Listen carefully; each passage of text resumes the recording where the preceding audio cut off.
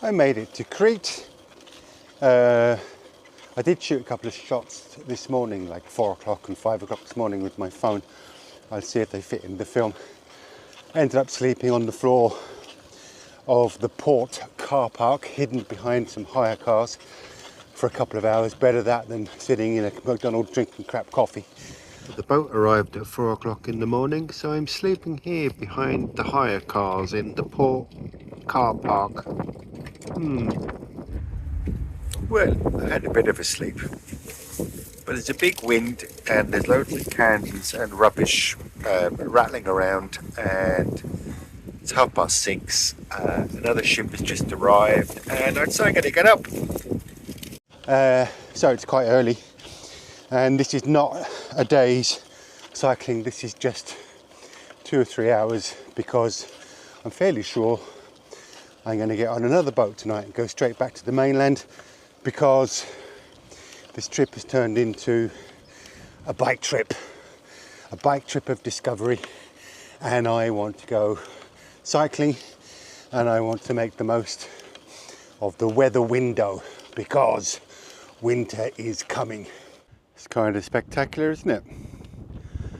I said to my 2 lads, Neil and Tom, and some friends before I left, that this was going to be a voyage of discovery and not of recovery. And I was expecting to discover what it would be like to do a lot of cycling and meet people on the road.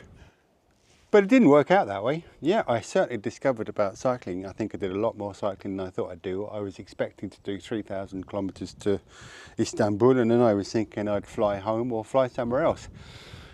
I didn't even go to Istanbul. I went to Turkey. I went further than Istanbul, and now I'm back in Greece, and I'm heading home because winter is coming. So part one of what I was going to discover cycling certainly happened, and I'm still keen to do some more kilometres whilst the weather is holding. It's much cooler here now than it was just yesterday in Turkey. Mind you, I must be probably 400 kilometres away from where I was yesterday morning. But it's perfect, like I'm wearing my under vest again. The other part of the thing was, like, actually, since I was in France and Italy, I did meet 2 or 3 cyclists in France. I met 2 or 3 cyclists in Italy.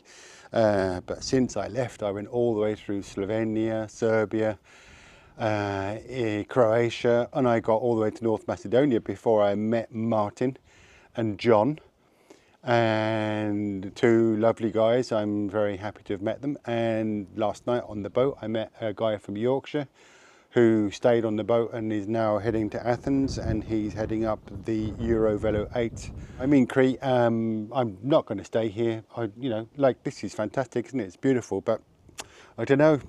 We pay a price to live in West Cork. The weather can be shocking, but it's beautiful too, isn't it? I actually intended to get a ferry to the west end and cycle the length of Crete, which is about 350 kilometres, and then take a ferry from the east end to mainland Greece. But unfortunately, the ferry gods weren't with me, and I could only get a ferry to and from Eraklom, or however you pronounce it. So that's what I'm doing. But I'm glad I came out, because it's quite pretty, isn't it?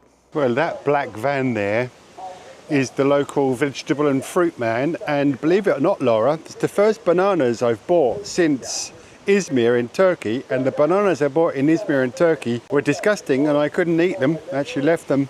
I tried to eat the first one and just left the second one in a hotel, but now I have a banana. Manna from heaven.